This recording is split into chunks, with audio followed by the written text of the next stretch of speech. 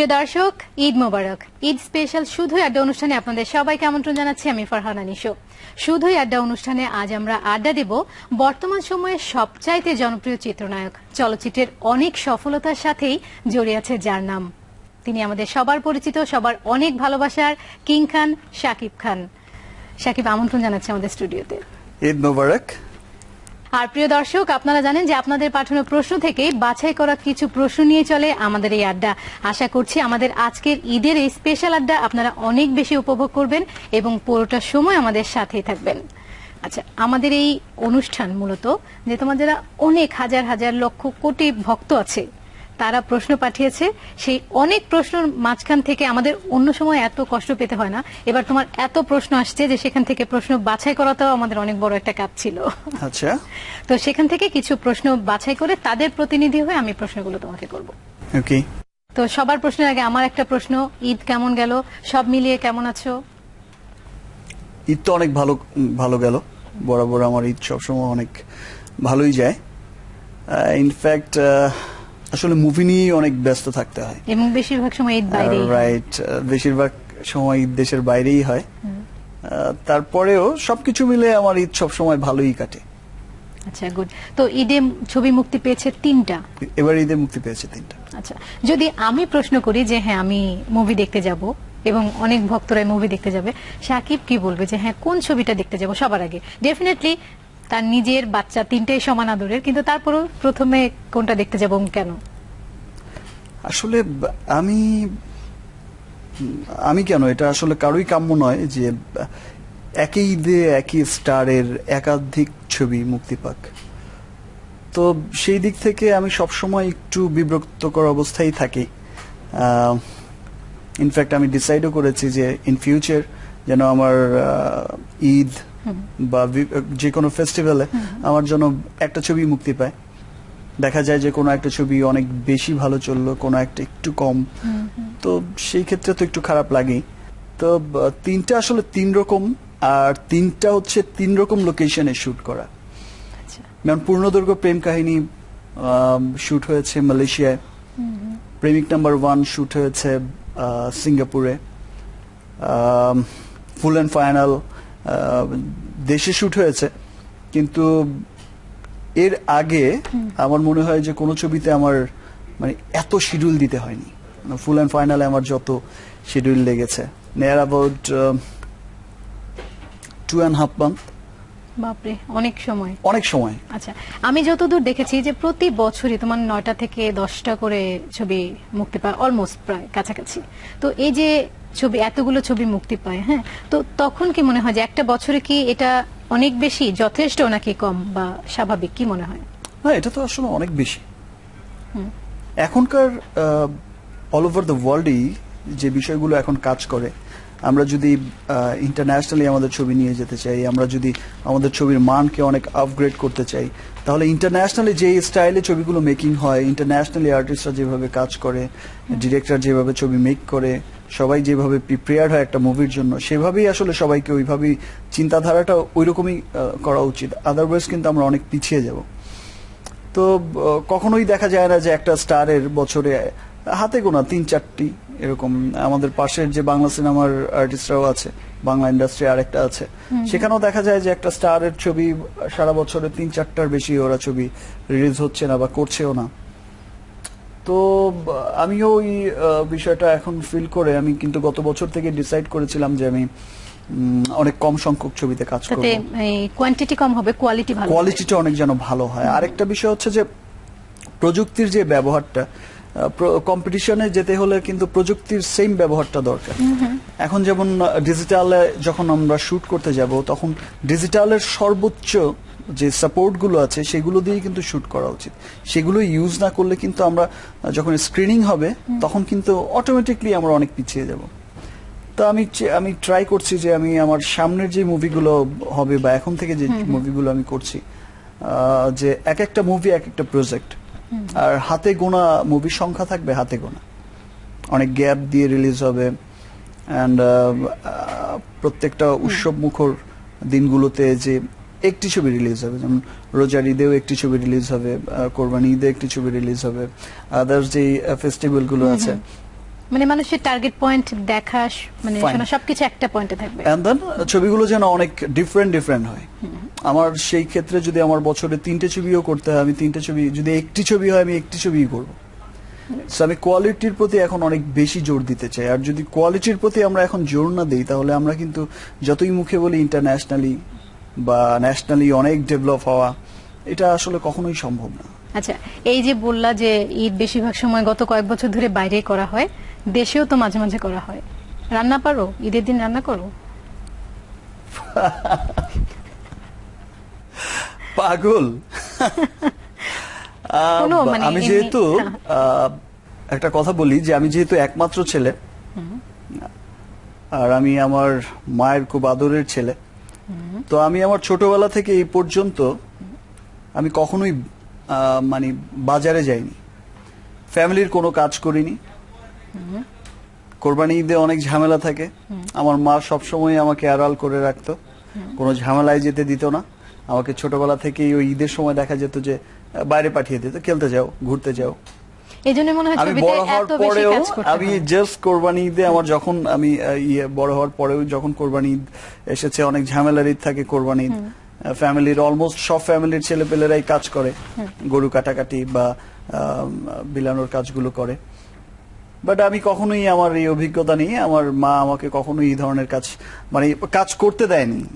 করতে হবে বাবা, তো আমার কদিন পরে করতে মা হবে। সবসময়, আমি আমার বোনকে নিয়ে, আগে আমার বোন, এখন তো ওর বিয়ে হয়ে গেছে, তো আমার বোনকে নিয়ে আমি গাড়ি নিয়ে বের হয়ে যেতাম, সারাদিন টোটো করে ঘুরে, কাজ কাম যখন শেষ আমার মাকে ফোন দিতাম, আসতাম, খেয়ে দিয়ে আবার সন্ধ্যায় বের হয়ে যেতাম বাহ। আমার ফ্রেন্ডদের সাথে কি আড্ডা দিতে। মজার লাইফ।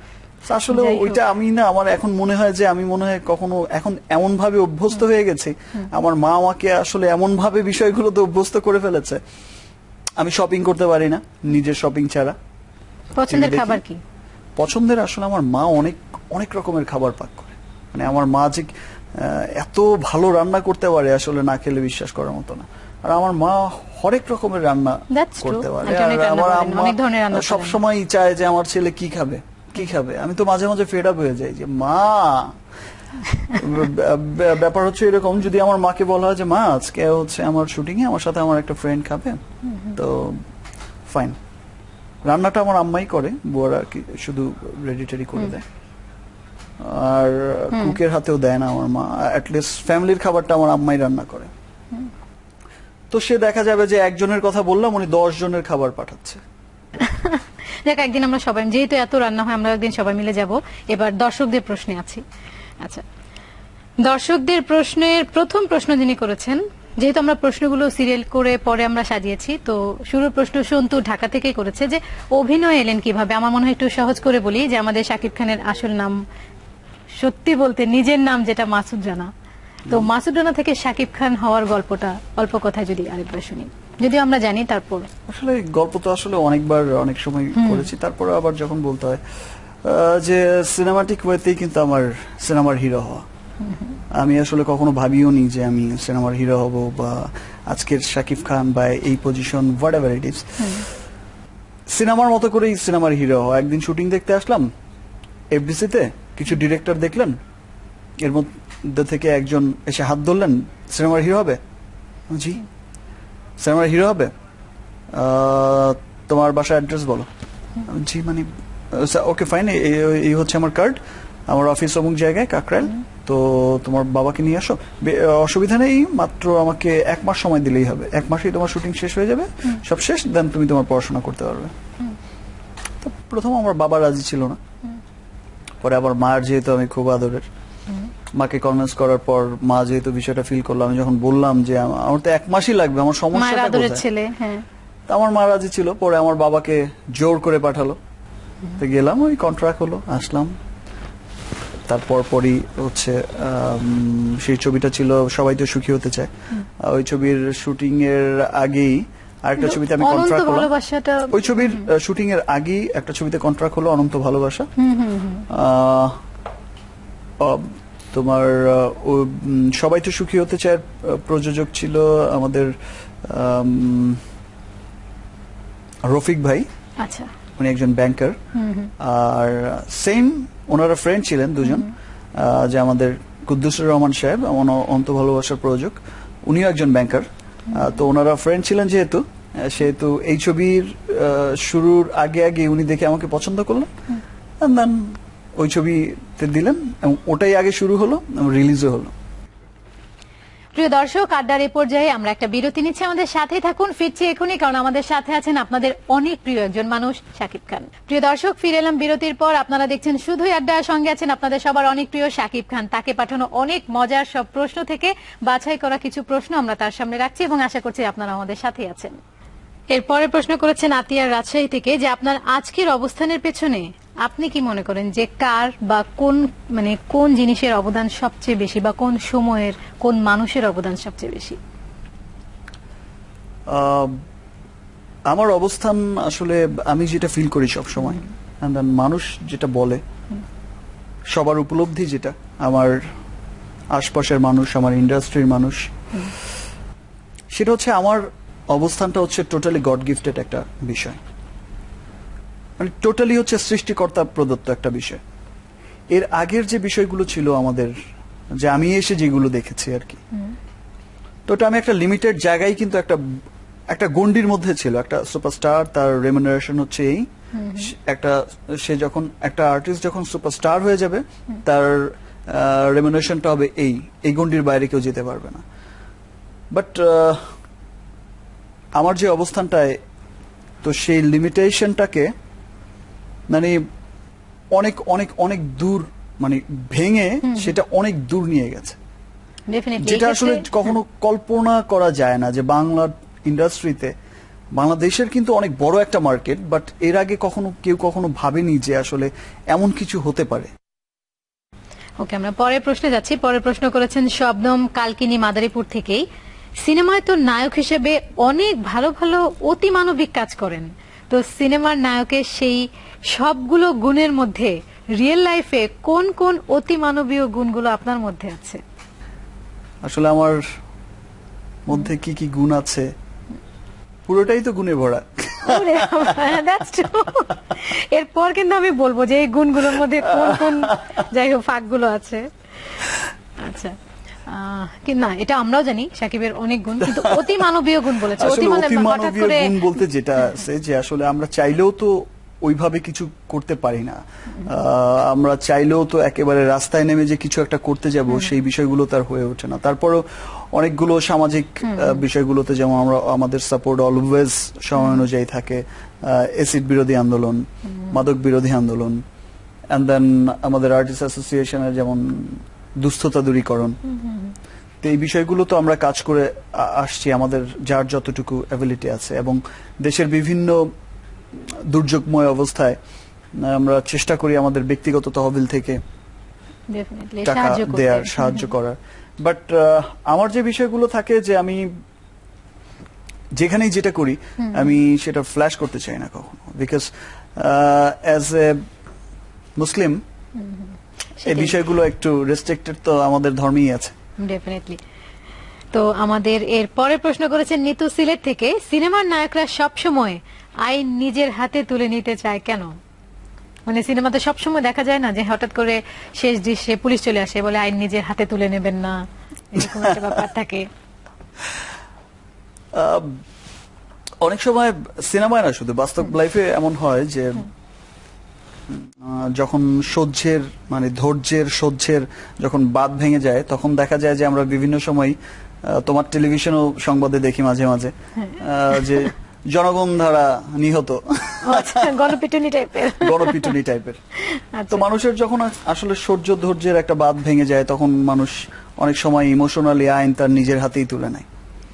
আর নায়ক হলে তার মধ্যে আসলে নায়কের যে বিষয়টা, সিনেমা একটা জিনিস কিন্তু শিক্ষা বরাবরই দেয়, এটা পুরো সমস্ত পৃথিবীর সিনেমাতে কিন্তু একই রকম ভাষা, সেটা হচ্ছে সত্যের জয়, মিথ্যের পরাজয়। অল ওভার দ্য ওয়ার্ল্ড এর সিনেমায় কিন্তু এখন পর্যন্ত একদম যত সিনেমাই আছে, সমস্ত সিনেমার একটা শিক্ষণীয় বিষয় হচ্ছে সত্যের জয়, মিথ্যের পরাজয়। দ্যাট মিনস হচ্ছে হিরো হচ্ছে সত্য আর ভিলেন হচ্ছে মিথ্যে, মানে এরকম একটা বিষয়। কিন্তু মন্দ আর ভালো, ভালোর যে সব সময় জয় হয় সেই এটাই বিষয়গুলোই সব দেখানো হয়। ছবিতে সবভাবে দেখানো হয়। পরের প্রশ্ন করেছেন, প্রশ্নটা অনেক মজার, যে শফিউল শান্তাহার থেকে, যে এখন তো 6 প্যাকের যুগ চলছে, শাকিব খানের কি অবস্থা, আপনি এর জন্য কি কি করেন? যেহেতু আমি ডিসাইড করেছি যে আমি বছরে হাতে গোনা ছবিতে কাজ করব, আর আমি নিজে ছবি প্রোডাকশনে আসব, আপনারা 6 প্যাকস যেখানে দেখে অভ্যস্ত তাদেরকে দেখেই বুঝবেন যে তারাও কিন্তু নিজের প্রযোজনা সংস্থাই আছে প্রত্যেকের, এবং তাদের প্রত্যেকের প্রযোজনা সংস্থা থেকেই কিন্তু 6 প্যাকস ছবি অনেক বেশি বেশি হচ্ছে। আচ্ছা, তো আমি আমার প্রযোজনা সংস্থা নাম হচ্ছে এসকে ফিল্মস, অচিরেই কাজ শুরু হবে 15 ফেব্রুয়ারি। আর টেকনোলজির মানে ডিজিটাল টেকনোলজির সবচেয়ে আপ টেকনোলজি গুলো ইউজ করেই কিন্তু কাজ হবে, এন্ড দেন পোস্টার কাজ হবে দেশের বাইরে।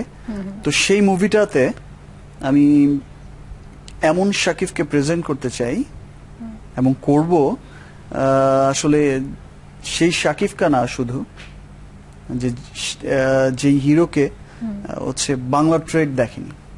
বাহ, ফাইন। তো তখনই আসলে গুনে গুনে দেখবেন প্যাকটা কি 6 প্যাক না 8 প্যাকস। ওরে বাবা।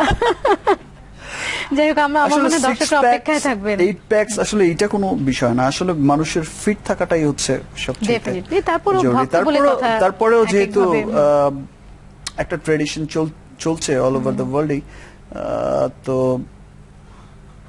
দেখা যাক, লেটস সি। তোমাকে সবসময় বলা হয় ভার্সেটাইল অ্যাক্টর, যে সব বিভিন্ন ধরনের চরিত্রে অভিনয় করেছো। তো আমি ছোট্ট একটা প্রশ্ন শুরুতে করতে চাই, যে এমন কোন চরিত্র আছে, এটা আমাদের দর্শকদেরও প্রশ্ন, কিন্তু যেটা মনে হয় যে হ্যাঁ আমি করেছি, বাট আমি এরকম টাইপের আরেকটা চরিত্র করতে চাই?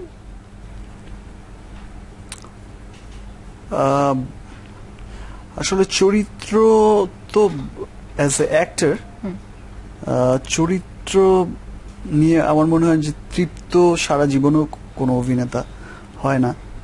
সবসময় মনে হয় যে আমি আজকে যেই কাজটা করলাম এর চাইতে বেটার আর একটা ক্যারেক্টার, এর চাইতে বেটার কোনো কিছু হচ্ছে আমার নেক্সট ফিল্মে থাকবে, নেক্সট অ্যান্ড নেক্সট। আমার স্বপ্ন যেটা, সেটা হচ্ছে যে বরাবরই যে আমি দেখতে চাই যে আমি হচ্ছে ইন্টারন্যাশনালি আমি এয়ারপোর্ট থেকে নামবো, যে কোনো দেশেই হতে পারে, আমেরিকা, লন্ডন, যে দেশে হচ্ছে আমাদের কমিউনিটি অনেক স্ট্রং।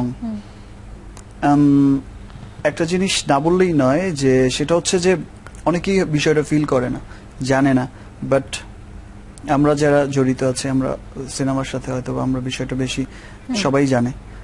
সেটা হচ্ছে যে বাংলাদেশের সিনেমার মার্কেট বা এই জায়গাটা শুধু কিন্তু এই গণ্ডির মধ্যে সীমাবদ্ধ না, আমাদের কিন্তু একটা ইন্টারন্যাশনাল বড় একটা মার্কেট আছে, অবশ্যই আছে। দেন যেই ফর্মুলাতে হচ্ছে ইন্ডিয়ান মুভি, বলিউড মুভি হচ্ছে ওয়ার্ল্ড ক্যাপচার করেছে, সেই পসিবিলিটিটা কিন্তু আমাদের মধ্যেও আছে। America, London, Italy, Australia, Malaysia, Singapore and middle east, এই সমস্ত দেশগুলোতে বাংলা কমিউনিটি এমন স্ট্রং, দেখা যায় যে বলিউড ছবির বা হিন্দি ছবির বা এশিয়ান মুভির এরাই সবচাইতে বড় অডিয়েন্স। ফাইন। আর এরা সবসময় দেখতে চায় যে বাংলাদেশি ছবি। চোরাই পথে অনেক ভিডিও আমাদের এখান থেকে ওখানে যায়, সেগুলো প্রদর্শিত হচ্ছে। দেবদাস করলা, এরকম মানে ধরো এরকম কোন চরিত্র আছে যেটা মনে হয় না যে না, সে বলছি যে সেই ক্যারেক্টার নিয়ে আসলে কোনো স্টারই কিন্তু তৃপ্ত হয় না। তা আমি আসলে যেই আমার তৃপ্তটা তো তখনই আসবে যে আমি এয়ারপোর্ট থেকে নেমে বাইরে আসলাম, ট্যাক্সিতে ওঠার আগেই যদি আমি দেখি যে আমার বিলবোর্ডটা ঝুলছে বা আমার দেশের কোনো সিনেমার বিলবোর্ড ঝুলছে। আমি একটা মলে গেলাম, যখন দেখি যে আমার 10টা মুভির যে লিস্টটা আছে তার মধ্যে আমাদের দেশের একটা পোস্টার আছে, আমার ছবি বা যে কারোই ছবি, আমার আসলে স্বপ্নই এখন সেটা। এবং আমি ইন্টারন্যাশনালি আমাদের ছবি রিলিজ করার জন্য আমার প্রযোজনা সংস্থা থেকে আসলে যেহেতু কোয়ালিটিটা ওইরকম হতে হবে, তো সেই কোয়ালিটি মেনটেন করেই কিন্তু কাজ করতে যাচ্ছি। প্রযোজনা সংস্থার নাম কি? SRK production? না, এসকে মুভিজ, এসকে ফিল্মস, ওকে, এসকে ফিল্মস। তো এটাই আমার স্বপ্ন এখন, যে ফাইন আমার দেশের সিনেমা ইন্টারন্যাশনালি কখন রিলিজ হবে, কখন দেখতে পাবো যে ইন্টারন্যাশনাল রিলিজ। আমার মনে হয় যে একটু ছোট্ট বিরতি নিয়ে আসি, তারপর এসে আরো এরকম অনেক অনেক প্রশ্ন অপেক্ষা করছে। বললাম না, যেটা আমাদের এবারে সবচেয়ে বেশি কঠিন কাজ ছিল, প্রশ্ন বাছাই করা। প্রিয় দর্শক, আড্ডার পর্যায়ে আমরা ছোট্ট একটা বিরতি নিচ্ছি, আমাদের সাথেই থাকুন। প্রিয় দর্শক, বিরতির পর ফিরে এলাম আবারও। আপনারা দেখছেন শুধুই আড্ডা, সঙ্গে আছেন জনপ্রিয় চিত্রনায়ক শাকিব খান, যিনি আসলে যার পরিচয় আমরা দিয়ে আসলে শেষ করতে পারবো না। অনেকগুলো মহানায়ক, স্বপ্নের নায়ক, প্রাণপুরুষ, এবং আমার মনে হয় বাংলা ছবির একটা টার্নিং পয়েন্ট যার হাত ধরে এসেছে। আমরা তার সাথে আজকে আড্ডা দিচ্ছি আপনাদের পাঠানো প্রশ্নে। নিশ্চয়ই আপনারা আমাদের সাথেই আছেন। এর পরের প্রশ্নটা যিনি করেছেন Sajeda Hossain Chowdhury, north south university থেকে। তিনি আমাদের একজন র্যাম্পের মডেলও ভালো। তো আপনি কি মনে করেন যে ঢালিউড না হয়ে যদি আপনি বলিউডের নায়ক হতেন, তাহলে কি আপনি আরো অনেক বেশি সফল হতেন?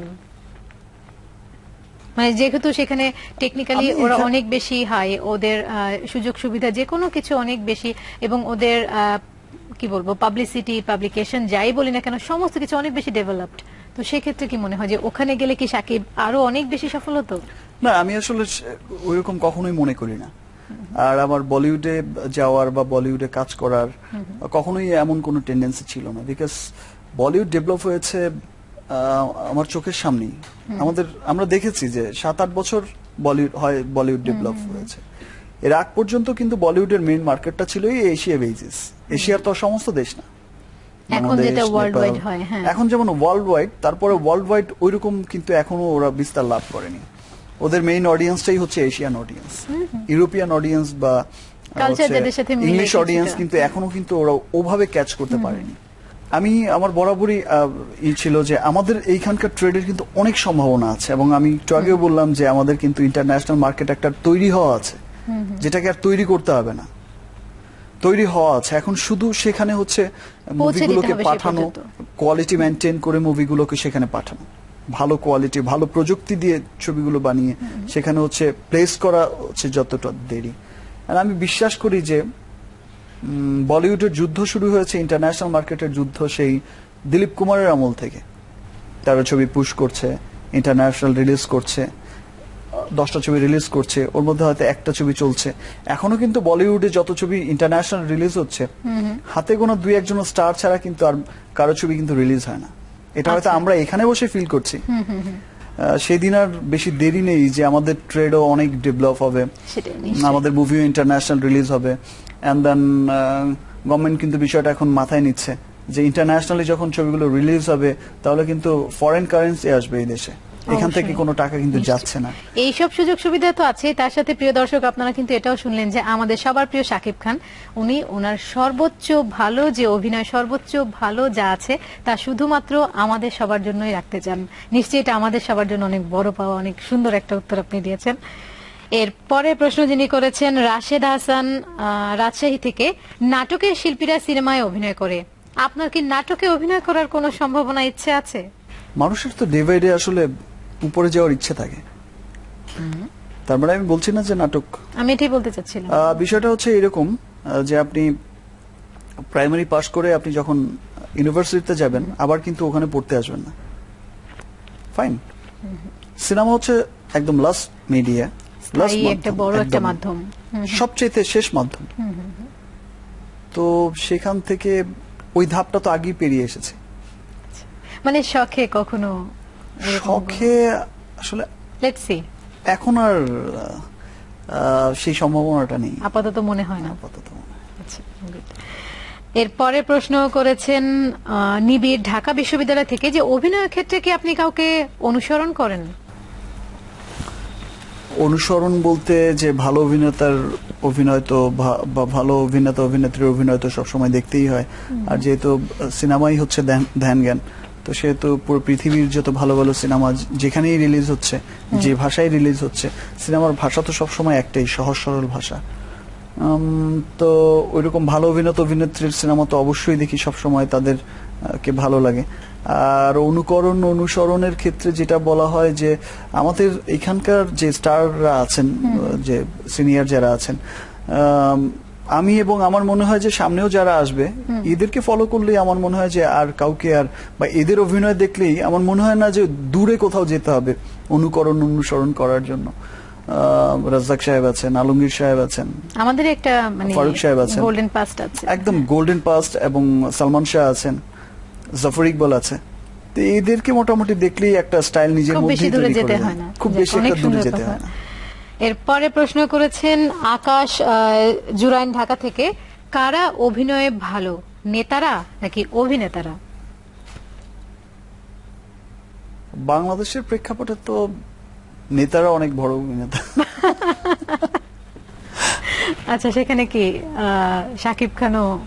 না না, বাংলাদেশের প্রেক্ষাপটে এখন মনে হয় যে আমার না মানে সকল সাধারণ মানুষেরই যেটা মনে হয় যে নেতারা নেতাদের- হচ্ছে অনেক বড় অভিনেতা।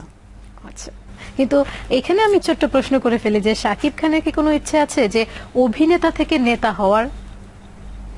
না, আমার তেমন কোনো ইচ্ছে নেই। আর আমার মনে হয় যে এখন রাজনীতির যেই দিকে যাচ্ছে, যে সংঘর্ষের দিকে যাচ্ছে, আর এখন প্রতিহিংসা পরায়ণ যে রাজনীতিটা হচ্ছে, আমার মনে হয় যে কোনো ভালো লোক আর কোনো ভালো ফ্যামিলির বা নিরীহ যারা আছেন, ভালো মানুষ যারা আছেন, ম্যাক্সিমামই আর মনে হয় না যে রাজনীতির দিকে ঝুঁকতে চাইবেন। যারা এখন রাজনীতির সাথে জড়িত হয়ে গেছে, অনেক ভালো মানুষ যারা, এরাও কিন্তু এখন তেমন একটা, আমার মনে হয় যে তেমন একটা কিছু করতে পারছেন না, বা তেমন নিজেরাই কেমন যেন হয়ে গেছেন। কেমন ফিউচার চাও, কি মনে হয়? অনেক সুন্দর একটা দেশ চাই। সামনে ইলেকশন, সামনে ইলেকশন, অনেক সুন্দর সুষ্ঠু একটা ইলেকশন চাই। অনেক দেশে গিয়েছি, অনেক দেশের ইলেকশন দেখেছি, মনেই হয় না যে ইলেকশন হচ্ছে। ইলেকশনের সময় অনেক দেশে শুটিং করেছি, তো সেখানে মনেই হয় না যে আজকে ইলেকশন চলছে বা আজকে কিছু হচ্ছে। তো ওই রকম সংঘাতবিহীন নিট অ্যান্ড ক্লিন একটা রাজনীতি চাই, নিট অ্যান্ড ক্লিন একটা দেশ চাই। সেটাই আমরাও চাই, আমাদের স্বপ্নের Because বাংলাদেশ দেশের ভবিষ্যৎ যদি ভালো হয় তাহলে আমাদের ভবিষ্যৎ অটোমেটিকলি ভালো হবে। Very true, very true. এরপরে প্রশ্ন করেছেন তাইফুর বুড়িচং কুমিল্লা থেকে, কোন ধরনের শট দিতে আপনার বেশি সময় লাগে, রোমান্টিক নাকি অ্যাকশন? রোমান্টিক শট দিতে তো বেশি সময় লাগে। কেন ভালো লাগে বেশি, নাকি মনে হয় যে রোমান্টিক শটগুলো বারবার হোক বারবার হোক? নাজলা সাভার থেকে করেছে যে যখন নিজের অভিনয় দেখেন কি মনে হয়, যখন দেখো যে হ্যাঁ নিজের মুভিগুলো পরে যখন দেখো? যখন ভালো কোনো মুভি দেখি নিজের, তখন তো ভালো লাগে। আর যখন দেখি যে না আসলে মুভিটা ঠিকঠাক হয়নি, তখন আসলে নিজের কাছেই অনেক খারাপ লাগে। তো এই খারাপ যেন না লাগে, আসলে এই জন্যই এখন চাই যে অনেক কম কাজ করতে এবং অনেক ভালো কাজ করতে। আচ্ছা, এই ছবি দেখার বিষয়ে যখন আসলো, হ্যাঁ একটু আগে আমি শুনেছি মায়ের অনেক আদরের ছেলে, হ্যাঁ মা বাবা নিশ্চয়ই ছবি দেখেন।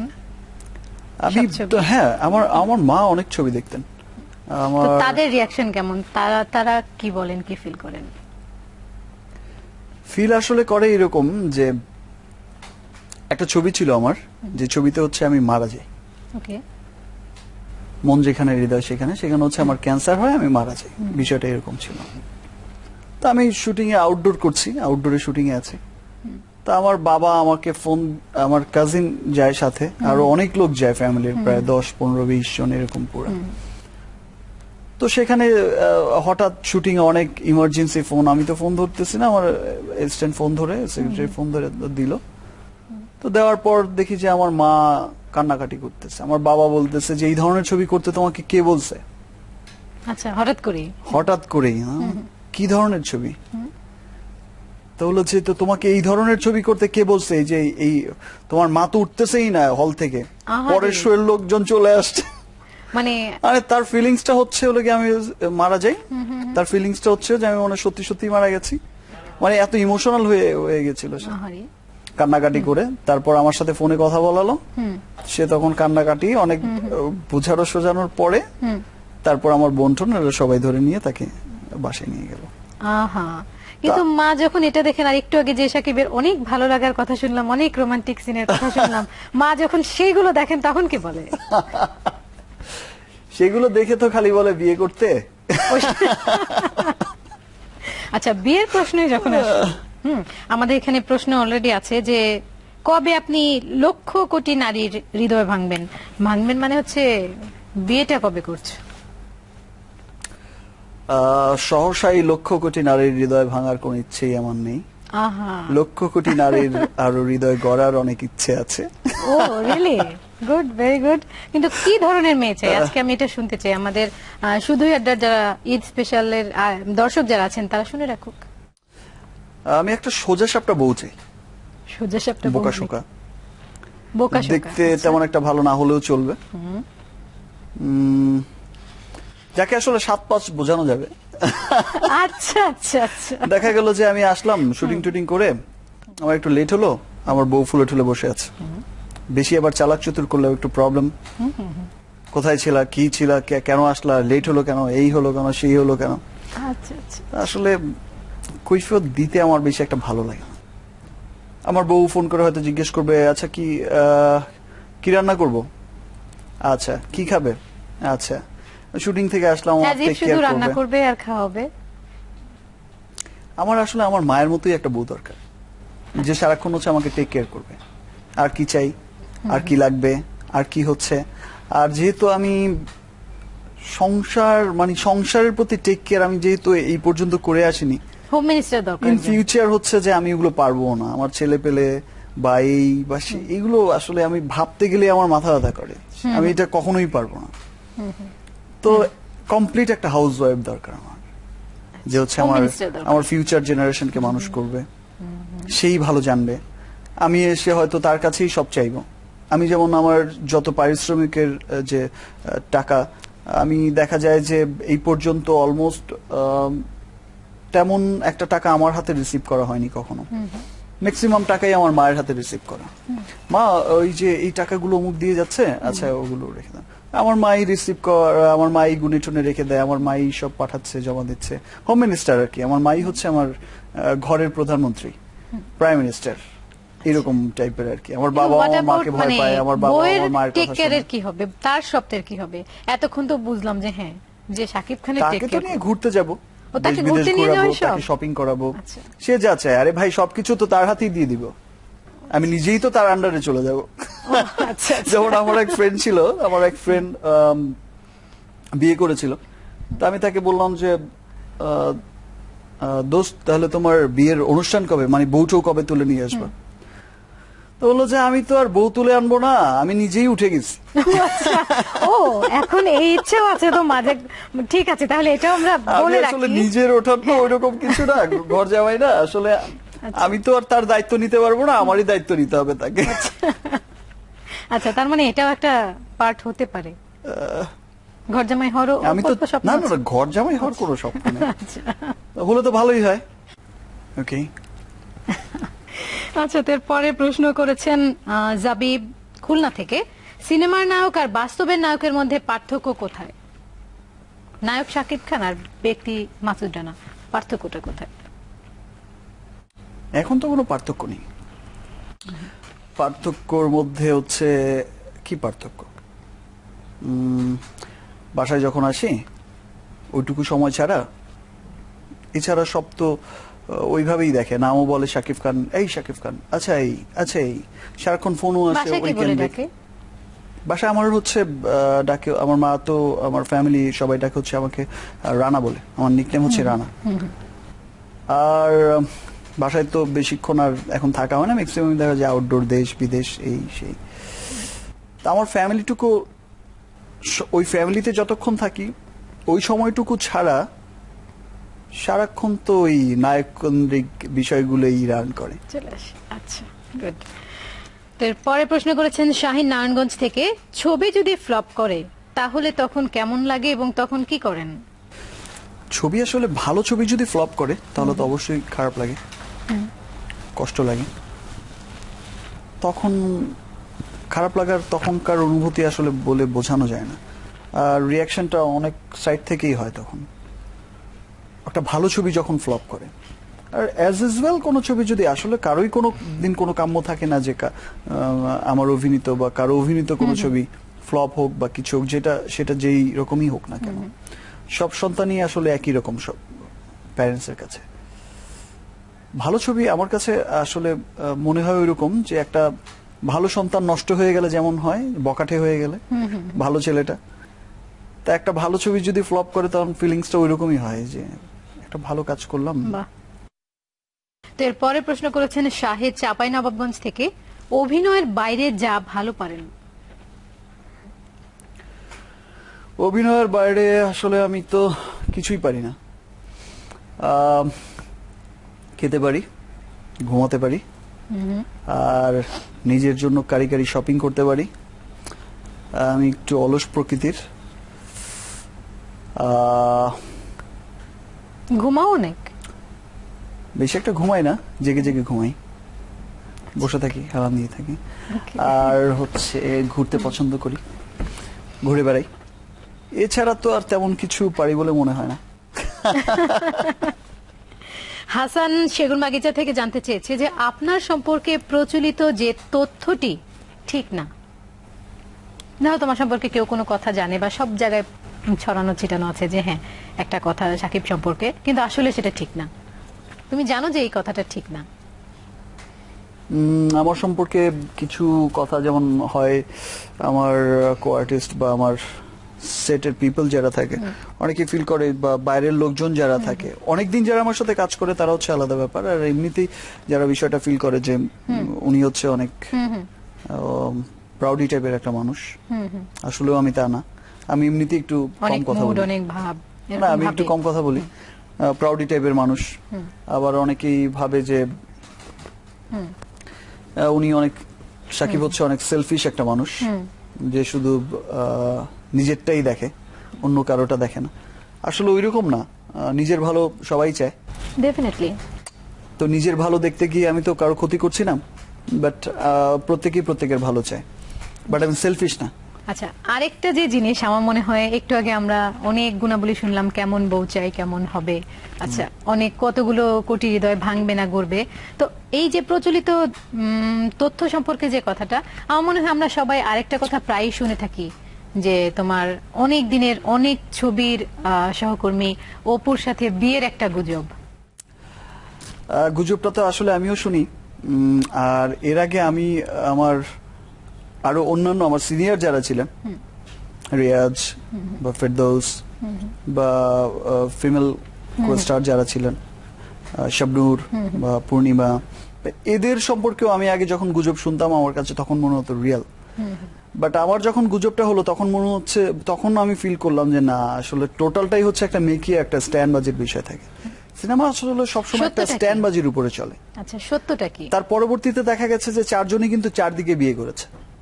রিয়াজ একদিকে করেছে, ফেরদৌস একদিকে করেছে, শাবনূর এখনো করেনি, পূর্ণিমা একদিকে বিয়ে করেছে। একসাথে কাজ করার কিন্তু একটা, যেহেতু আমাদের দেশে এটা হয়, একটা ছবি একটা আর্টিস্টের সাথে হিট হলে দেখা যায় যে 10 জন শুধু এনাকেই চায়।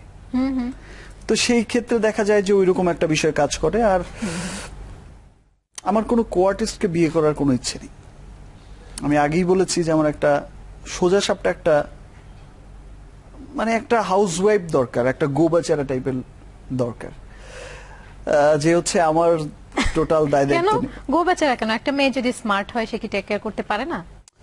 লাইক গোবাচারা আর কি ওই সেন্সে, ও আচ্ছা, স্মার্টনেস তো থাকতেই হবে ওই ওই সেন্সে, যে হচ্ছে সহজেই হচ্ছে আমার মুখের মিষ্টি কথাই ভুলে যাবে। আচ্ছা সুইটার, আসলে ব্যাপারটা হয়েছিল এরকম যে আমি অনেক পরিশ্রম করে এসেছি, আজ অনেক টায়ার্ড ছিলাম, আমার ওয়াইফ হয়তো বলবো ও আচ্ছা আচ্ছা তাই না, আসলে আমি ওই ধরনের কিছু চাই। আর কো আর্টিস্ট সেম প্রফেশনে আসলে বিষয়গুলো আমার মতে না হওয়াটাই অনেক ভালো। প্রিয় দর্শক, আড্ডার এ পর্যায়ে আমরা একটা বিরতি নিচ্ছি, আমাদের সাথেই থাকুন, ফিরছি এখনই, কারণ আমাদের সাথে আছেন আপনাদের অনেক প্রিয় একজন মানুষ, শাকিব খান। প্রিয় দর্শক, ফিরে এলাম বিরতির পর, আপনারা দেখছেন শুধুই আড্ডা, সঙ্গে আছেন আপনাদের সবার অনেক প্রিয় শাকিব খান। তাকে পাঠানো অনেক মজার সব প্রশ্ন থেকে বাছাই করা কিছু প্রশ্ন আমরা তার সামনে রাখছি এবং আশা করছি আপনারা আমাদের সাথেই আছেন। এবারে প্রশ্নটি করেছেন কানন, ঢাকা থেকেই। যেদিন প্রথম ক্যামেরার সামনে দাঁড়িয়েছিলেন তখন কি মনে হয়েছিল?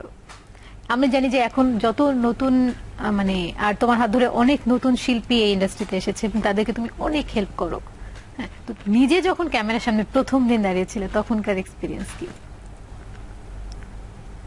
প্রথম দিনের এক্সপিরিয়েন্সটা আসলে অনেক ডিফারেন্ট ছিল। প্রথম দিনই শুটিং ছিল হচ্ছে এমব্রেসিং একটা সিকোয়েন্সের, তো আমারও প্রথম ছিল, আমার যে হিরোইন ছিল ইরিন, ওরও প্রথম ছিল। ইরিন মৌসুমীপুর ছোট বোন, মৌসুমী ম্যাডামের ছোট বোন। তো বিষয়টা এমন ছিল যে আমরা দুজনেই লজ্জা পাচ্ছিলাম বিকজ আমিও অভ্যস্ত না কাউকে এমব্রেস করা। আবারও সেই রোমান্টিক দৃশ্য। আচ্ছা, তো আমিও অনেক লাজুক ছিলাম, ইরিনও অনেক লাজুক ছিল। তো আমরা যতবারই দৌড়ে দুজন দুজনের কাছে আসি, এসে আর হয় না কাট ইট কি হলো বাবা, আচ্ছা আবার। আচ্ছা, তো এরকম অনেকক্ষণ চলছে ঘন্টার পর ঘন্টা, শিপ পার হয়ে গেল, নেক্সট শিফট।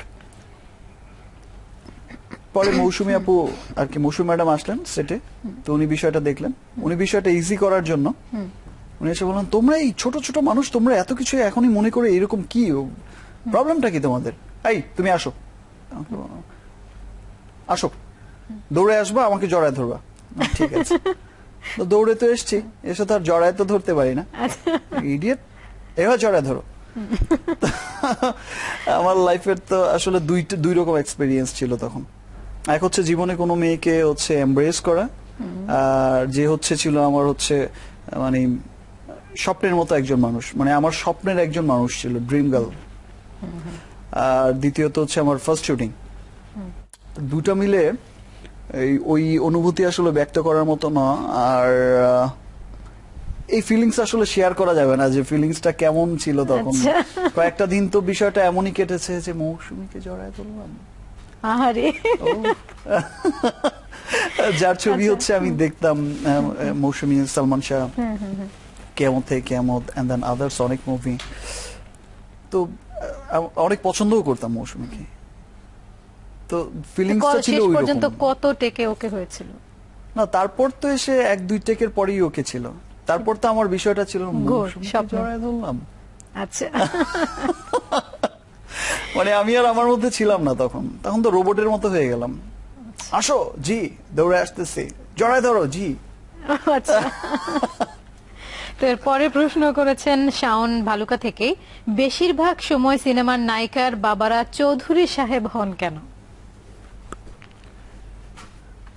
চৌধুরী সাহেব, খান সাহেব, তারপর আরো কিছু আছে। আর কি কি আছে? খান বাহাদুর, তালুকদার। এই টাইটেল গুলো ইউজ করা হয় আসলে আমাদের পুরো দেশেই। চৌধুরী সাহেব, খান সাহেব, তালুকদার সাহেব, উচ্চবিত্ত বোঝানোর মানে জন্য সৈয়দ সাহেব, হ্যাঁ। এই বিষয়গুলো আসলে আমাদের মানে আমাদের টোটাল সমাজেই প্রচলিত একটা বিষয় হয়ে আসছে, যে এরাই হচ্ছে ধনী মানুষ, এরাই হচ্ছে সমাজের অনেক উঁচু তলার মানুষ। আর চৌধুরী সাহেব, খান সাহেব, তালুকদার সাহেব, এরপরে যে নামগুলো আছে সবই হচ্ছে আচ্ছা অ্যাজ ইউজুয়াল, আচ্ছা নর্মাল মানুষ। তো অনেক ক্ষেত্রে এখন বিষয়গুলো চেঞ্জ হয়ে যাচ্ছে। এখন আর অনেক ছবিতেই দেখা যায় না, যে আমাদের আর বলতেও হয় না চৌধুরী সাহেব, বিষয়টা এমন না মেয়েকে রেখে গেলাম। এখন নামগুলো অনেক পরিবর্তন হয়ে আসছে। হ্যাঁ, দ্যাটস ট্রু। এখন একটু একটু আস্তে আস্তে চেঞ্জ হচ্ছে সিনেমার কাহিনীর সাথে। এরপরে প্রশ্ন করেছেন মোহাম্মদ আলী সিলেট থেকে, কলকাতার মুভিতে কাজ করার কোনো ইচ্ছা আছে কি আপনার? আমার আসলে আমার দেশের মুভি ছাড়া আর কোন দেশের মুভিতেই কাজ করার এই প্রশ্নটার উত্তর ইনফ্যাক্ট আমরা কিছুক্ষণ আগেই শুনেছি। আর আমি আমার চোখের সামনে যেটা দেখতে পাচ্ছি, যে লাস্ট যখন আমাদের একটা কনফারেন্স ছিল যে দুই বাংলার, তো সেখানেও আমার মনে হয় যে জিৎ তার প্রডিউসারকে শুধু নোটিস করছিল, যেহেতু আমাদের মিনিস্টারও বলছিল, আমার গর্ব করছিল আমাদেরকে নিয়ে, আমাদের কবরিয়াপা গর্ব করছিল, আমাদের সুকুমার রঞ্জন ঘোষ, এন্ড দেন আমাদের যারা ছিলেন, যে আমাদের শাকিব খান আছে, আমাদের এই আছে, আমাদের ও আছে। আর কলকাতার ইন্ডাস্ট্রি ওরাই বললো যে গত 8-10 বছর আগে ওদের ইন্ডাস্ট্রি যে এতটুকু ছিল, আমি নিজের চোখেও দেখেছি। ওইখানকার আর্টিস্টরা, আমি অ্যাজ এ প্রেসিডেন্ট হিসেবে যখন স্পিচ দিতে গেলাম, তখন আমি আমার স্পিচেও বলেছিলাম যে আসলে আমি নিজের চোখেই দেখেছি যে এই যে প্রসেনজিৎ বা আদার্স ঋতু বা আদার্স যে আর্টিস্ট গুলো আমাদের এখানে এসে থাকতো, যে এখানকার মুভিতে সুযোগ পাওয়ার জন্য ফিনান্সিয়াল সাপোর্টটাও এখানে বেশি পেত, রেমুনারেশন বেশি পেত, আদার্স স্টারডম এখানে বেশি ছিল। সামহাও একটা ব্ল্যাক একটা অধ্যায় আমাদের এখানে ওই সময়টা ট্রেডটা একটু পিছিয়ে ছিল। এখন যে হারে ট্রেডটা ডেভেলপ হচ্ছে, তো জিৎ তার প্রডিউসারকে নোটিস করছিল যে আমরা এতদিন কাজ করছি, এত কিছু করছি, আমাদের রেমুনারেশন, আর সাকিব যেই টাকার সিনেমা হচ্ছে এই টাকার একটা বিরাট অংশই নিয়ে যাচ্ছে, তোমরা তো আমাদের ঠকাচ্ছ, আসো কলকাতায় পরে বুঝাচ্ছি। আচ্ছা, যেহেতু কলকাতার ছবির প্রসঙ্গই আসলো, কলকাতার ছবি ঠিক না, মানে ইন্ডিয়ান ছবিগুলো বাংলাদেশে দেখানোর যে একটা কথা হচ্ছিল, তো কি মনে হয় এই ব্যাপারটাতে যে আমাদের আসলে কতটুকু লাভ আমরা ক্ষতির প্রপোজাল ব্যাপারটা যেটা কি? রেখেছিলাম সেই বিষয়টার যে প্রথমে হচ্ছে ওদের আর্টিস্টদের, ইন্ডিয়ান আর্টিস্টদের কিন্তু বাংলাদেশে চেনে হচ্ছে তাদের চ্যানেলের কল্যাণে, টিভি চ্যানেলগুলোর কল্যাণে। তা আমরা প্রথম যেটা নোটিস করেছি সেটা হচ্ছে যে প্রথমে আগে আমাদের চ্যানেলগুলোকে তোমাদের ওইখানে দেখানোর একটা পারমিশন, এন্ড দেন তোমাদের মন থেকে যে সহযোগিতাটা আছে সেটা তোমরা করে দাও। বিকজ আমি দার্জিলিং এ কাজ করতে গিয়েও আমি দেখেছি যে ওখানকার বাঙালিরা বা কলকাতার যে বাঙালিগুলো আছে, যে ফ্যামিলিগুলো, এরা কিন্তু আসলে বাংলাদেশের সিনেমা, বাংলাদেশের নাটক, বাংলা গান, বাংলা অনেক এখনকার সময়ের অনেক জনপ্রিয় শিল্পী আছে, তাদের অনেক পছন্দ করে। ইনফ্যাক্ট কলকাতার একটা ফিমেল স্টার কলকাতা সিনেমার সুপারস্টার ফিমেল, সে আমাকে আমি একবার যখন গেলাম ওখানে শুটিং এ, জাস্ট এক পার্টিতে, দেন একটা ভালো রিলেশন হলো, সে আমার কাছ থেকে সিডি চাচ্ছিল যে তুমি অবশ্যই আমাকে কিছু সিডি, আমাকে তখন তো ছিল বিষয়টা যে সিডি, যা অবশ্যই আমাকে এর সাথে একটু মিট করাবা, আর আমাকে যত লেটেস্ট আপডেট গানগুলো হয় না, তুমি জাস্ট যেহেতু তোমার বন্ধু মানুষ, এদের কাছ থেকে হচ্ছে গানগুলো আমার জন্য পাঠাবা। আমাদের সিঙ্গার হাবিব, বালাম, এদের কয়েকটা একদম লিস্ট ধরালো, স্টার আর্টিস্ট কিন্তু। তো আসলে এরা সবাই কিন্তু হচ্ছে আমাদের এই ইয়েতে অনেক Industry পছন্দ করে, বাট সম্পর্কে জানে আমাদের এবং চ্যানেল পছন্দ যেহেতু করে, ওইখানে হ্যাঁ। চলে না, সেহেতু এখনকার জেনারেশন, কলকাতার এখনকার বা পশ্চিমবঙ্গের এখনকার জেনারেশন হয়তো অনেক শিল্পীকে চেনে না এখনকার, যে বা ওরা ওই বিষয়টা আমাদের কাছ থেকে একটু দূরে সরে যাচ্ছে বা এরকম। মানে আগে আগে আমাদের TV চ্যানেলগুলো চ্যানেলগুলো চললে, open হবে, রাইট, তারপর আমাদের হচ্ছে- চ্যানেলগুলো ওপেন হলে আমাদের আর্টিস্টগুলো যখন দেখবে, জানবে, চিনবে, এন্ড দেন তখন আমাদের সিনেমাগুলো যখন রিলিজ হবে তখন কিন্তু আর নতুন করে কালচারাল পরিচয় করানোর আর এক্সচেঞ্জ কিছু যেটা হয় না। মানে right? হলে পুরোটাই একদম ছোট থেকে শুরু করে Right, বড় পর্যন্ত, right, বড় right. পর্দা সব কারণ জায়গাতেই হতে ওদেরকে হবে। আমরা চিনি, কিন্তু আমাদের যে এই এখনকার এই যেই জেনারেশনের মানে এখনকার বাচ্চা যারা বা ছোট ছেলে মেয়ে যারা হচ্ছে ওদেরকে চেনে সব কিন্তু চ্যানেলের কল্যাণে। চ্যানেল স্টপ করে দিলে কিন্তু ওদের আপডেট আর কেউ পাবে না। তা আমাদের চ্যানেলগুলো যখন ওখানে চলবে, চলবে, তখন আমাদের ওরাও আমাদের নাটক, আমাদের সম্পর্কে গান, আমাদের তথ্যগুলো জানতে সিনেমা, পারবে। আমাদের ইন্ডাস্ট্রি সবকিছু সম্পর্কে ওরা জানবে, চিনবে, দেখবে। তখন একটা মুভি রিলিজ করলে কিন্তু আর সেটা আর অপরিচিতর মধ্যে আর থাকবে না। প্রিয় দর্শক, আড্ডার এ পর্যায়ে আরেকটা বিরতি নিচ্ছে, আমাদের সাথেই থাকুন। এরপর আপনারা দেখছেন শুধুই আড্ডার, আমাদের সাথে আছেন আপনাদের অনেক প্রিয় শাকিব খান, এবং আপনাদের প্রশ্ন থেকেই কিন্তু তার সাথে আমরা আড্ডা দিচ্ছি, আমাদের সাথেই থাকুন। এরপরে প্রশ্ন করেছেন হাসান আবুধাবি থেকে, সম্প্রতি ব্যবসায়ী হিসেবে নাম লিখিয়েছেন, তো অভিজ্ঞতা কেমন? ব্যবসা আসলে এটা তো আমার ওইভাবে আমি দেখি না, সিস্টার কনসার্ন। হট চিকেনের একটা ব্র্যান্ড ওপেন হয়েছে। আসলে আমি যমুনা ফিউচার পার্কে আমার একটা স্পেস কেনা, আমি আসলে আরো অনেক বড় স্পেস কিনতে চেয়েছিলাম। আমি আসলে ফ্র্যাঞ্চাইজ আনতে চেয়েছিলাম একটা ব্র্যান্ডের, ম্যাকডোনাল্ডস এর। আমার একটা ফ্রেন্ড আছে, সে হচ্ছে ম্যাকডোনাল্ডস এর ইংল্যান্ডের একটা স্টেটের হচ্ছে এরিয়া ম্যানেজার। তো তারা তো একসময় রাজি ছিল যে ম্যাকডোনাল্ডস এখানে ফ্র্যাঞ্চাইজ দিবে। পরে যখন সামহাও গিয়ে দেখলাম যে আর হলো না বিষয়টা, তখন একটা আসলে brand আমরা try নিজেরাই করলাম, যে আমার ফ্রেন্ডরা বললো যে ফাইন, তাহলে ওরা যে স্ট্যান্ডার্ডটা মেনটেন করে, ওরা যে ইকুইপমেন্টস গুলো ইউজ করে, মেশিনারিজ, সমস্ত সেম মেশিনারিজ ইউজ করে আমাদের নিজস্ব একটা ওন একটা হচ্ছে ব্র্যান্ড লঞ্চ করার, মানে কোয়ালিটিটা মেইনটেইন করে, একদম সেম কোয়ালিটি মেইনটেইন করে। তো সেই সেন্সেই হচ্ছে আমাদের শেফও ওইরকম, কেএফসির শেফ যারা বাইরে চাকরি করেছে, তো নিজস্ব আমরা একটা হচ্ছে ওইরকম একটা ব্র্যান্ড হচ্ছে লঞ্চ করলাম, হট চিকেন। খুব ভালো চলছে।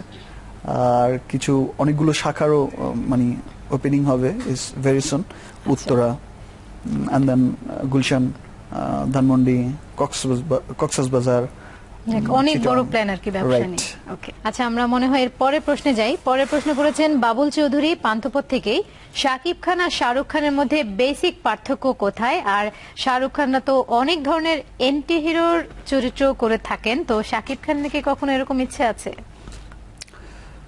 শাকিব খান আর শাহরুখ খানের মধ্যে বড় পার্থক্যই হচ্ছে যে একজন হচ্ছে অনেক বড় ইন্ডাস্ট্রির একটা সুপারস্টার, আরেকজন হচ্ছে একটা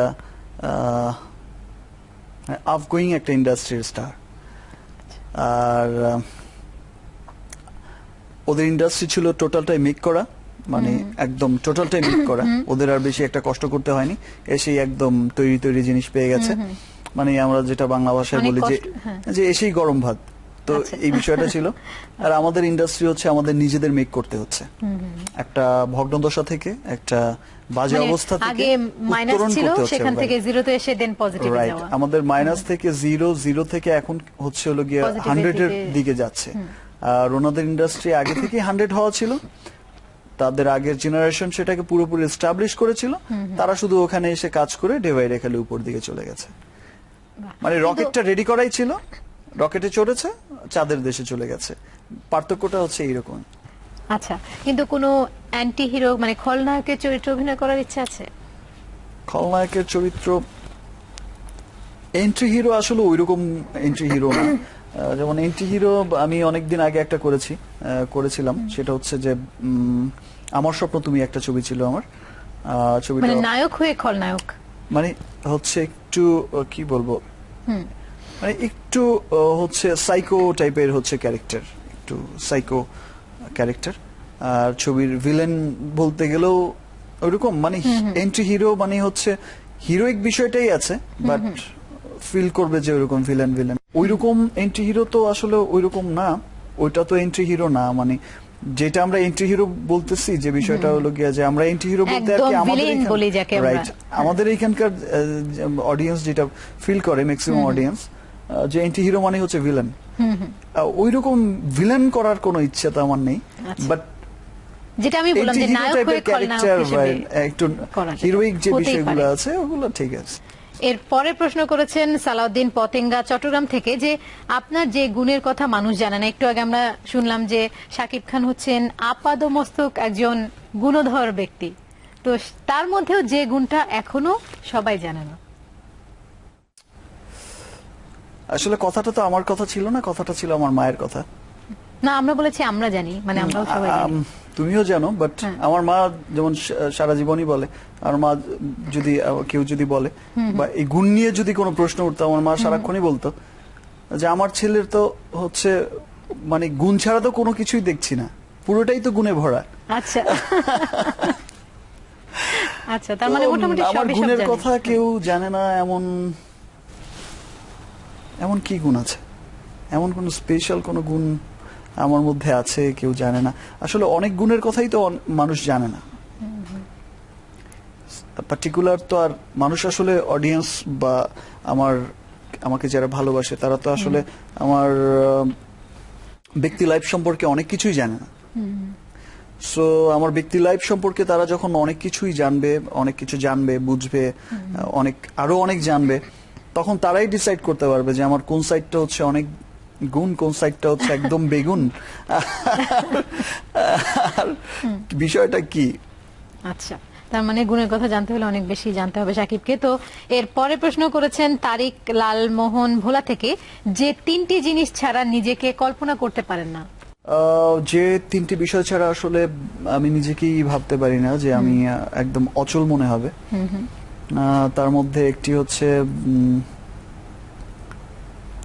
যদি ব্যক্তি সাইড বলা হয় কখনো, তাহলে তার মধ্যে হচ্ছে আমার প্যারেন্টস and my family, মানে আমার বোন, আমার বাবা মা, সবাই আর কি। এরা আমার ফ্যামিলি। এন্ড দেন যদি জিনিসের ক্ষেত্রটায় আসে, যে সেই জিনিসের মধ্যে একটি তো অবশ্যই সেলফোন, বিকজ হচ্ছে যে আমার অবশ্যই। চতুর্দিকে হচ্ছে আমার সিস্টার কনসার্ন অনেকগুলো বিজনেস আছে, আমার প্রোডাকশন হাউস আছে, যেভাবেই হোক যোগাযোগের জন্য মানে সেলফোনটা একটা ইম্পর্টেন্ট। এন্ড দেন আমার যোগাযোগের একমাত্র মাধ্যমই হচ্ছে সেলফোন। আমি দেখা যায় যে অলমোস্ট শুটিং ছাড়া যখন এমনিও বসে থাকি, আমাকে এখন ইদানিং অনেক বেশি ফোনে কথা বলতে হয়। তো এই একটা তো একদম মানে এটা ছাড়া আমি নিজেকে ভাবতেই পারি না। ওকে। আর জিনিসের মধ্যে আরেকটা জিনিস আমার খুবই প্রয়োজনীয়, আসলে এটা ছাড়া আমি আসলে অনেক সময় অচলই মনে হয়, আমি না অনেক ব্যস্ত মানুষই অচল মনে হয় নিজেকে, সেটা হচ্ছে আমার গাড়ি ছাড়া আমাকে মনে হয় যে একদম অচল, বিকজ আমাকে অনেক বেশি মুভ করতে হয় বিভিন্ন জায়গায়। আর গাড়ি ছাড়া মিন্স আমার গাড়ি ছাড়া, আমার পার্টিকুলার গাড়ি ছাড়া, আচ্ছা, আমার ড্রাইভার, আমার গাড়ি, আমার সেটআপটা ছাড়া, বিকজ আমার গাড়িতেই একদম পুরো সেটআপ করা থাকে সমস্ত তিনটা জিনিস কিছু। তো আমরা পেয়ে গেলাম। বাবা মা, আর জিনিস যদি হয় তাহলে গাড়ি, সেলফোন, যেগুলো সবসময় লাগে আর কি, প্রয়োজনীয় জিনিস। রাইট। ওকে, তো আজকের আমাদের এই পুরো আড্ডা সব শেষ প্রশ্ন যিনি করেছেন নাহার সিরাজগঞ্জ থেকে, জীবনটাকে নতুন ভাবে সাজানোর যদি সুযোগ পান, যদি বলা হয় যে হ্যাঁ এখন এই মুহূর্ত পর্যন্ত যেভাবে আছেন সেরকমই, বাট আরেকটা সুযোগ দেওয়া হলো একদম শুরু থেকে শুরু করার জন্য, তখন কিভাবে সাজাতে চান? আমার জীবন শুরু থেকে এই পর্যন্ত অনেক সুন্দরই আছে, অনেক সাজানো, অনেক গোছানোই আছে। তা আমার মনে হয় না যে আর নতুন করে কোনো সাজানো গোছানোর কোনো কিছু আছে। আমার ফ্যামিলি লাইফ অনেক সুন্দর, অনেক হ্যাপি ফ্যামিলি লাইফ। আমার প্রফেশনাল লাইফও অনেক সুন্দর, সেখানে সবাই আমাকে অন্যরকম ভালোবাসে, রেসপেক্ট করে, আদর করে। আমার ফ্রেন্ড মানে এভরিথিং ইজ পারফেক্ট। লাইফ আমার এভরি সাইড হচ্ছে অনেক সুন্দর করে সাজানো গোছানো। আর আমি মন্দ সাইড বা মন্দ লোক বা মন্দ বিষয়গুলো থেকে একটু আড়াল থাকারই চেষ্টা করি। আমি আসলে ঝুট ঝামেলা ছাড়া একটা মানুষ, তো ঝুট ঝামেলা বেশি একটা যেতে পছন্দ করি না। তার মানে যে এখন যে অবস্থায় যেভাবে আছো এটা আলহামদুলিল্লাহ। আলহামদুলিল্লাহ, একদম গুড। সবকিছুর পরেও আমাদের এই যে ঈদের আনন্দ আয়োজন, আনন্দ আড্ডা, এবং তোমার এত এত লক্ষ কোটি ভক্ত যারা আছে তাদের জন্য, এই যে তাদের প্রশ্নগুলোর উত্তর দেওয়ার জন্য তাদের সবার পক্ষ থেকে ঈদের আবারও অনেক শুভেচ্ছা, অনেক ধন্যবাদ বৈশাখী পরিবারের পক্ষ থেকে, এবং বৈশাখী যারা দর্শক আছেন তাদের সবার পক্ষ থেকে তোমাকে অনেক ধন্যবাদ। তোমাকে অনেক ধন্যবাদ। বৈশাখীর সমস্ত বৈশাখী পরিবারকে আমার পক্ষ থেকে অনেক ধন্যবাদ। এত সুন্দর একটা অনুষ্ঠানের আয়োজন করেছে আমার জন্য, আমাকে আমন্ত্রণ জানিয়েছে এই এত সুন্দর একটা অনুষ্ঠানের। আসলে আমি সবসময় চাই যে এমন ভালো ভালো কিছু অনুষ্ঠানে যেতে। আমার সম্পর্কে আসলে অনেকেই অনেক কিছু জানে না, বা অনেকেই অনেক ভ্রান্ত ধারণা থাকে, ভুল ধারণা থাকে, সেইগুলো আচ্ছা ক্লিয়ার করার তেমন কোনো ওয়ে নেই। কিন্তু আমাদের কোথাও হয়তো কোনো কিছু লেখা হলো যে বিষয়টার সাথে আমার কোনো সম্পৃক্ততা নেই, কোথায় হয়তো মানুষের মধ্যে এমন একটা ভুল ধারণা জন্মালো যে বিষয়ের সেরকম আমি না, মানে আমার সম্পর্কে এমন কিছু হলো যে সেরকম আমি না, সেই বিষয়গুলোই হচ্ছে হয়তো বা রটাচ্ছে বা কিছু হচ্ছে। তো এই সুন্দর অনুষ্ঠানগুলোর মাধ্যমে আসলে বিষয়গুলো অনেকাংশে ক্লিয়ার হয়। তা আমি আসলে সবসময় চাই যে এমন সুন্দর সুন্দর কিছু অনুষ্ঠান হোক, এই ধরনের আয়োজন আমি আমার নিজের সম্পর্কে অনেক জানাতে চাই। তো এত সুন্দর একটি অনুষ্ঠানের আয়োজন করেছো, তোমাকে আমার পক্ষ থেকে অনেক অনেক শুভেচ্ছা, অনেক ধন্যবাদ। আর ঈদের তো অনেক শুভেচ্ছা রইলো। আই হোপ, তোমাকে দেখে তো মনেই হচ্ছে ঈদটা তোমার অনেক ভালো গেছে। নিশ্চয়ই অনেক ভালো গেছে, আর এত সুন্দর একটা আড্ডার পরে ডেফিনেটলি ঈদ ভালো হওয়ারই কথা। প্রিয় দর্শক, আপনারা দেখছিলেন যে এতক্ষণ কথা বলছিলাম যাকে আসলে বাংলা চলচ্চিত্রের নিউক্লিয়াস বলা হয়, প্রাণ পুরুষ বলা হয়, স্বপ্ন পুরুষ বলা হয়, ভার্সেটাইল অ্যাক্টর বলা হয়, হাইস্ট পেড অ্যাক্টর, এবং বাংলাদেশের চলচ্চিত্রের জন্য যতটুকু ভালো করা যায় তিনি তার সমস্ত কিছু দিয়ে সেই চেষ্টা করছেন। আমাদের সবার প্রিয় শাকিব খানের সাথে আড্ডা দিচ্ছিলাম। আমাদের আজকের এই ঈদ আড্ডা, ঈদ স্পেশাল আড্ডা এ পর্যন্তই। তবে বিদায়ের আগে জানিয়ে রাখি যে শাকিব খানকে করা সেরা ব্যতিক্রমী প্রশ্নকারী পাবেন কক্সবাজারের হোটেল দ্য কক্স স্টুডিওতে সঙ্গী সহ 2-3 দিন থাকার আকর্ষণীয় সুযোগ। সুতরাং দেরি না করে আমাদের পরবর্তী পর্বগুলোর জন্য মজার মজার সব প্রশ্ন পাঠিয়ে দিন। আগামী পর্বে আপনাদের পাঠানো প্রশ্নে আড্ডা হবে নতুন কোনো অতিথির সাথে। সে পর্যন্ত সবাই ভালো থাকুন, সবার ঈদ অনেক অনেক ভালো কাটুক সেই প্রত্যাশা রইল। আমি ফারহানা নিশো বিদায় নিচ্ছি, দেখা হবে খুব শীঘ্রই।